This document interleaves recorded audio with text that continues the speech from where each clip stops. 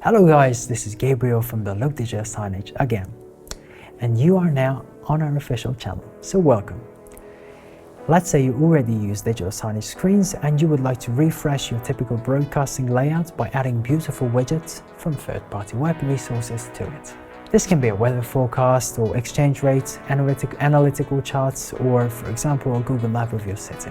Today I want to show you how quickly and easily you can do this using the Batterable Code feature from the Digital Signage service. So let's suppose that you want to add a dynamic traffic jam map to your screens. To do this, we just need to copy the public iframe code of this widget on the Google Maps website and then add it to the corresponding field of our Batterable Code application. And voila! Now, this map can be added to your playlist or to one of the screen areas at your choice. Do you have a touchscreen display? In exactly the same way, you can add an interactive map of your branches to it without any problems.